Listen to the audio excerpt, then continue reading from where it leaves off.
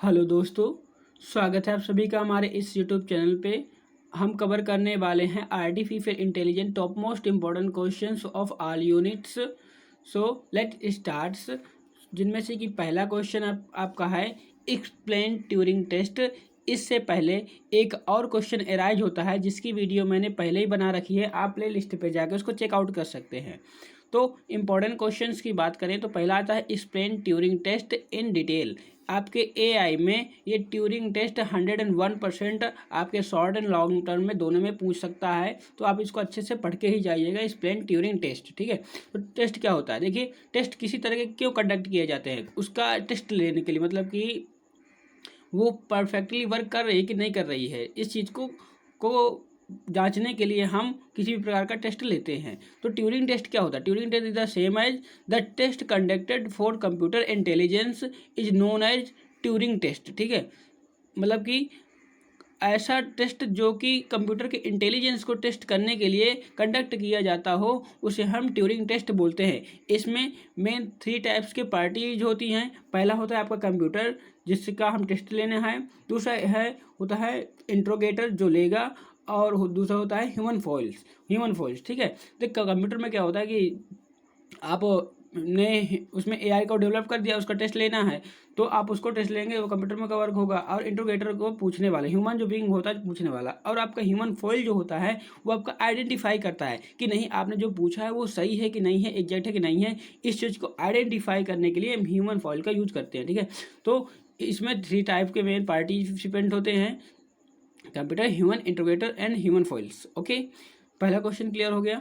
Next question में होता है इवैल्यूएशन ऑफ एआई। ये मोस्ट इंपॉर्टेंट क्वेश्चन है, इवैल्यूएशन ऑफ एआई। मैंने इसको डिटेल में नहीं बताया है, आप इसको डिटेल से पढ़ लीजिएगा। तो देखिए अगर इवैल्यूएशन की बात करें तो पहला होता है बिगनिंग ऑफ एआई जो कि आपकी 1943 में हुई थी। इसके बाद आए हैं आपके नॉलेज बेस्ड एक्सपर्ट सिस्टम्स 1970 पे, और मशीन लर्निंग आपकी 1998 से चल रही है। इसके बाद आता है सुपरवाइज लर्निंग आपकी 2004 से है, अनसुपरवाइज लर्निंग 2010 से है, और जनरल प्रोग्रामिंग ये अभी आपकी 2010 से आगे कंटिन्यू ऑनवर्ड है, ठीक है।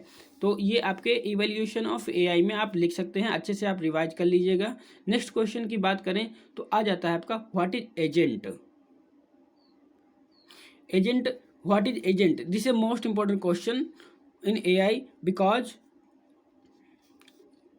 देखिए बिना एआई एजेंट के कोई भी वर्क नहीं होता है। इसी तरह एआई में भी एक एजेंट होता है जो कि क्या होता है, एक ऑटोनोमस एंटिटी होती है। क्या होती है, an autonomous entity which acts upon an environment using sensors and actuators, ठीक है। एक्चुएटर्स सेंसर्स होते हैं उसके पास, जिसको जैसे कि एजेंट कोई होता है, एजेंट मान लीजिए एक तरह की मशीन, क्या है, एक तरह की मशीन, उसमें सेंसर्स लगे हैं कि अगर रूम का टेम्परेचर ज़्यादा है तो मशीन को बंद कर दिया जाए, अगर रूम का टेम्परेचर कम है तो चालू कर दिया जाए, ठीक है। इस तरह का कुछ हमने सेंसर्स को अपलोड कर रखा है, और आपके एक्चुएटर्स वगैरह काम कर रहे हैं। तो क्या करेगी मशीन, जैसे टेम्परेचर कम होगा तो मशीन चालू कर देगी, ज़्यादा होगा तो कम कर धीमा कर देगी, ठीक है, या कम बंद कर देगी। ऐसे एजेंट्स का वर्क होता है। देखिए इसमें क्या होता है, वो आपकी इन्वायरमेंट पे वर्क करती है। इन्वायरमेंट होता है, परसेप्शंस होते हैं, मतलब कि उसमें जो भी उसको इन्वायरमेंट से मिल रहा है उसको सेंस करना। इसके बाद इफेक्टर्स का आते हैं, फिर एक्चुएटर्स के थ्रू उसका एक्शंस लिया जाता है कि क्या परफॉर्म करना है। तो ये आपका मेन एजेंट का वर्क होता है, ठीक है। इसके बाद आपका टाइप ऑफ एजेंट होते हैं, अपने मन से इसको पढ़ लीजिएगा, रीड योरसेल्फ मैंने लिख रखा है, तो आप टाइप ऑफ एजेंट अच्छे से रिवाइज कर लीजिएगा, पढ़ लीजिएगा। नेक्स्ट में आ जाता है role of AI in NLP. देखिए एनएलपी एक ब्रॉड सब्जेक्ट है, आपको नेक्स्ट आने वाले सेमेस्टर पे आपको एनएलपी पढ़ने के लिए मिलेगा। Role of AI in NLP, इसका फुल फॉर्म है नेचुरल लैंग्वेज एंड प्रोसेसिंग, ठीक है, natural language processing, this is full form of NLP. Role of AI की बात करें तो इसमें देखिए रोल ऑफ एआई, देखिए एनएलपी क्या है, एक तरह की नेचुरल लैंग्वेज प्रोसेसिंग है, यानी कि जो हम बोलते हैं उसको कंप्यूटर लैंग्वेज में कन्वर्ट करना ही एनएलपी का वर्क होता है। तो इसमें क्या होती है, एआई बेस्ड मेथड का यूज करके हम एनएलपी में कम्युनिकेशन करने के लिए एक लैंग्वेज का यूज करते हैं जिसे हम इंग्लिश कहते हैं, ठीक है। यही हमारा रोल होता है, और बहुत सारे रोल होते हैं, आप अच्छे से उनको पढ़ लीजिएगा। मैं इंपॉर्टेंट आपको बता दे रहा हूँ क्वेश्चंस।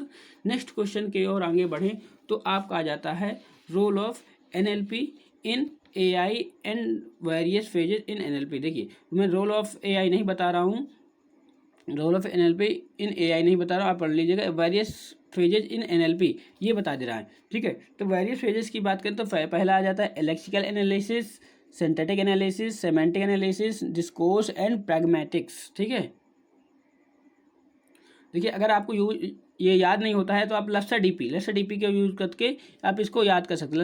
लस्सा डीपी यानी कि lexical, synthetic, semantic and discourse and analysis, ठीक है। ये आप लस्सा डीपी का यूज करके आप इनको यूज कर सकते हैं, आप अच्छे से याद कर सकते हैं। तो यही मोस्ट इंपॉर्टेंट क्वेश्चन आपके आर्टिफिशियल इंटेलिजेंस में पूछे जाने वाले हैं, तो आप इनको अच्छे से कंप्लीट करके एग्जाम देने जाएंगे। Thank you and all the best for your exam.